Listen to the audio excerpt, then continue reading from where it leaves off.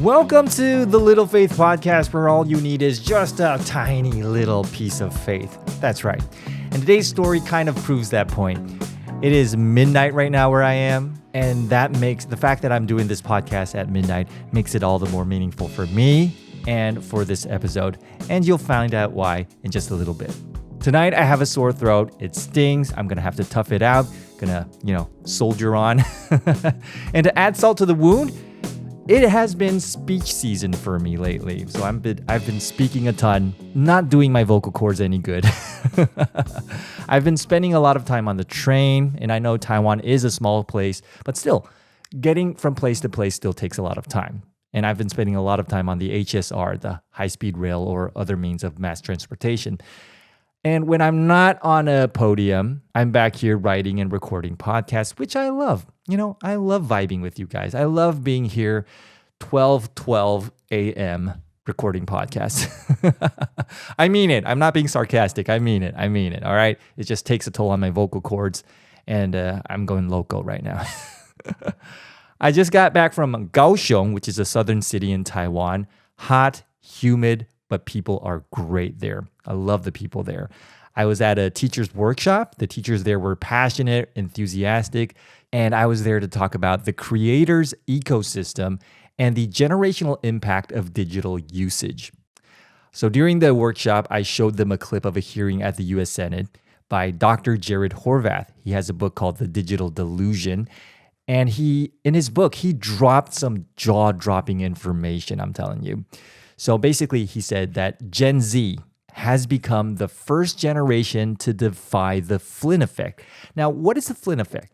Ever since the 19th century, when we started having the IQ test, every generation proceeded to surpass the previous generation. In plain words, the children's generation is always better than the parents' generation, IQ-wise. And this is due to the fact that we have better nutrition, better education, better environments. So each generation is getting better IQ-wise, and that's a good thing. However, the first generation in human history to ever, well, at least from the 19th century when the IQ test came out, the first generation to ever have a lower IQ than their parents, sadly, is Gen Z. And we're not trying to poke fun at it. This is a holistic impact. It's not just IQ. It's also attention, comprehension, problem-solving ability.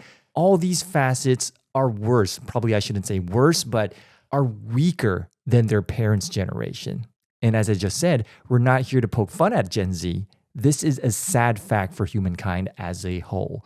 Dr. Jared Horvath attributes this phenomenon to the fact that human evolution is not used to machine-to-human learning and has evolved and is designed for human-to-human impartation. It's a very thought-provoking clip. I strongly recommend you to check it out. If you want to, just search Jared Horvath U.S. Senate hearing and you'll find it. I also talked about, during the workshop, Jonathan Haidt's research in his book, The Anxious Generation, very well-known book already. Another eye-opener, gives us a lot to think about the digital usage in this era. So I was really happy to be in Kaohsiung talking about these topics. I thought it was very meaningful, especially because I was able to meet up with the teachers there. Teachers, of course, are always the front line of education. They're very important. They are the people out there making an impact. And during this workshop, as I just said, the teachers were very enthusiastic. They were raising their hands all the time. They were asking questions. They were saying things like, we really need to implement this right now. We need to let the administration know about this. And I was really glad to see this, knowing that our teachers care. Our teachers care about this new generation. And I was also glad to see this because you never know. You just never know what will happen next. A little workshop, a tiny group of teachers, you never know what this can turn into. Sometimes all you need is a little spark to turn into a flame and turn into a fire. And that's basically the message I want to get across to you on the show today. How our small acts sometimes can lead to great results in life. And that's the same in faith. So I have this tiny quiet ritual. Before my speeches, I always like to pray for my audience beforehand in private. Sometimes I do it at home, the night before on bed, or on the site, or sometimes on the train. Anyways, I like to pray for my audience. Because most of the times, I'm doing these secular topics. It's very difficult to openly talk about faith. So I like to pray for people, thinking that I might leave a trace of faith in their lives. And somehow, someday, some way, they might come closer to God. You just never know. So here's a story. I used to work in radio. I used to be a radio host at a radio station called ICRT in Taiwan. Now, ICRT is the former U.S. Navy radio station, but the U.S. Army pulled out of Taiwan in 1979. And after 79, they sold the station to the Taiwanese government for a symbolic $1. And then they renamed it ICRT, International Community Radio Taipei. And it's the only English radio station in Taiwan up to this very day. So for years, ICRT has enjoyed high ratings. It's been the people's favorite. I'm not sure if it's still the same. I'm not sure about the ratings because nowadays people have Spotify, nowadays people have YouTube, right? But people back in the days, they tuned in to ICRT for the music, and a lot of people tuned in to learn English. So when I joined ICRT, it was still huge. The ratings were still very good. And for me, it was a huge pivot in my career. I was really happy to be at ICRT. I cherished my 4 years working there, one of the best times of my life, I would say. And I remember my first week on the job, or was it the first month, our programming manager pulled me aside and she said to me, our DJs here enjoy a lot of creative freedom. You can choose whatever music you want to play on the airwaves. It's up to you. But there are two things you need to steer clear of, and those are politics and religion. Do not talk about politics and religion on the airwaves because we do not want to get into the drama. We do not want to get caught up in the heat. And I thought that was totally reasonable because when people talk about politics, they tend to go loco. When people talk about religion, sometimes it gets messy. Totally understandable. But to me, it was, a bit of a cold shower because I always had this vision that one day I might be able to speak more to people about my faith or be more vocal about Jesus Christ in the hope of maybe bringing some people to God. But, rules are rules. I respect that. So I abided by the rules. But secretly, I kept it in my prayers, all right? Still, one day, if possible, God, would you allow me to speak to more people about you and Jesus Christ? I just kept that in my prayers.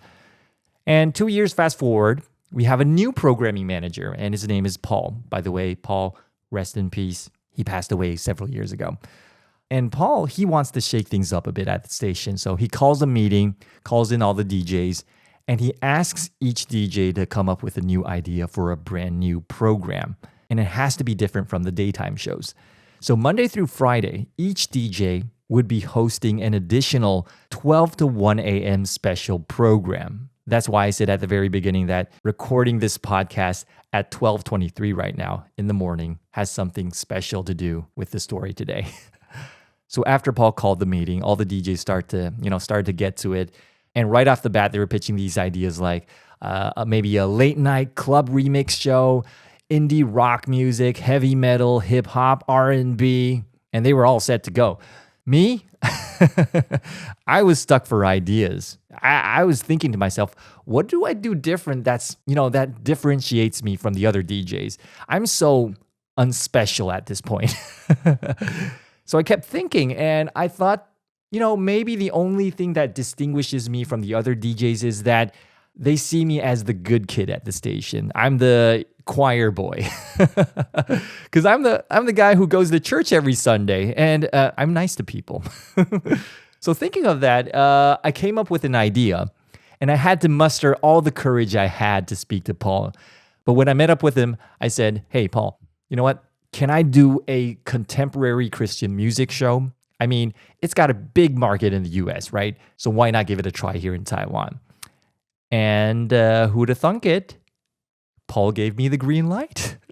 So since then, every Tuesday midnight, I've been doing this show called The Skylight After Midnight. And I've been playing music from Toby Mac, Josh Wilson, Matthew West, sometimes Lecrae, crazy. Ooh, love that music. Mercy Me, I can only imagine. Wow, all Christian music, awesome. Finally, I was doing some Christian stuff on mainstream radio. Quite a thing, right? And in between songs, I would be spitting out like stories behind the songs, anecdotes about the artists, positive news around the world. And when I ran out of content, I would borrow a few lines from my Sunday sermon notes, literally reading it out on air. I never really thought that anybody would be really paying any attention. Like, let's be honest, it's a midnight show, it's once a week, it's only an hour, and there's no reruns. Come on, nobody's going to be listening to this. That's what I thought to myself. But I guess I was wrong. Because one day, I got a message, and I remember it was a Facebook message from a high school girl, and her name was Jenny. Jenny said she was in her senior year preparing for her college entrance exam, so she was under a lot of pressure. And her teacher told her to listen to ICRT, our station, to enhance her English listening comprehension. So she started listening to our station, and somehow she found my late night show. One night she was burning the midnight oil studying, and she tuned into Skylight After Midnight. And she said she instantly fell in love with it. She loved the music, the stories, the anecdotes, and the church notes I delivered when I ran out of content. Who'd have thunk it? And in her message, there was an attachment. And that attachment was a photo of her handwritten notes. All the notes she took while she was listening to my show. And I was deeply moved by that. I'm getting goosebumps by talking about this right now. Who would have thought of it? I actually had no idea. Later in life, and this is probably a couple years from then, I got this chance to meet her in person, and it was at one of my speeches. So after the event, she came up front to meet me. She introduced herself to me, and she told me her story. So when she was in the 5th grade, she went to church for the very first time in her life. But this was not for service. It was actually for a writing class, nothing to do with religion. And they just happened to use the church venue for a writing class. But while attending writing class, she grew fond of the atmosphere in church. She really liked it there. When she got into high school, she was under a lot of academic pressure. She was stressed out to a point that she started having these stomach problems and she had to see the doctors. And to cope with it, she would listen to Buddhist sutras. She would also listen to English Christian worship songs. Now, during her senior year, her teacher, as I just mentioned, her teacher advised her to listen to our station. And she had this studying habit of, studying from the evening all the way till 1 a.m. So one night she came across my show, and ever since then, she would be waiting in front of the radio every Tuesday night just to listen to what I had to say and what music I had to play. Her teacher actually happened to be a very devout Christian, but she said that she felt even more of God through my show. And she said that she was always looking forward to what I had to say each week. And I was flattered, I was flabbergasted, and I was deeply moved. One day, she was walking to cram school, and on her way, she looked up at the sky and she said, "God, do you really exist?" Like talking to the clouds. And that night, she felt as if God was there in the classroom with her, going through all her studies with her. So she started talking to God whenever she felt anxious. And she also kept listening to my show. A year later, she made it into college, and it was a good college. She started searching for a church, and she found one she liked, and she got baptized. And to this very day, she remains a faithful believer. Amazing. Isn't that amazing? I'm not talking about me. I'm talking about how God has worked in her life. If you think about it, she went to church for the very first time in the 5th grade, not even for the sake of religion, but for the sake of a writing class. But she had a good feeling about church. And in high school, she was fond of Christian music.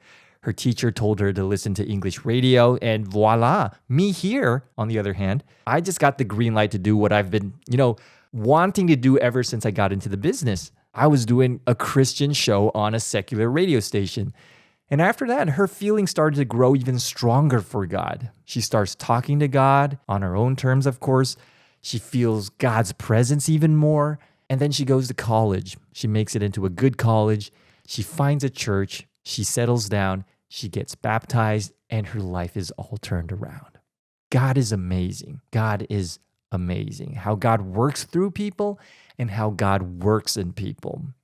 If you think of it, when Apostle Paul was writing to the church in Corinthia, he was exhorting the congregation not to be divided because they were divided on whom to follow. Some of them were saying, hey, we should follow Paul. Some of them were saying we should follow Apollos. And Paul basically said, hey, you guys are being foolish. You guys are being childish. And he said, I planted the seed, Apollos watered it, but it was God who made it grow.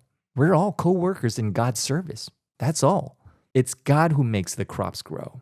God works through us in different matters of life. We're all servants in God's service. And to me, this is a life lesson I'll never forget. And it's always been serving me as a sweet reminder that a mustard seed someday, somehow, will grow into the tallest tree.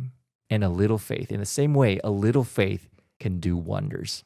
All you need is just a little faith. And that is the podcast you're listening to right now. This is the Little Faith Podcast. I'm JR. We're here every other Wednesday night. You can listen through YouTube, Spotify, and Apple Podcasts. Once again, I'm very unsure if there's anybody really out there paying attention to this show, but as experience has taught me already, all you need is just a little faith. And that's our takeaway for this episode. See you next episode, next week, and praise the Lord. Hallelujah. Peace.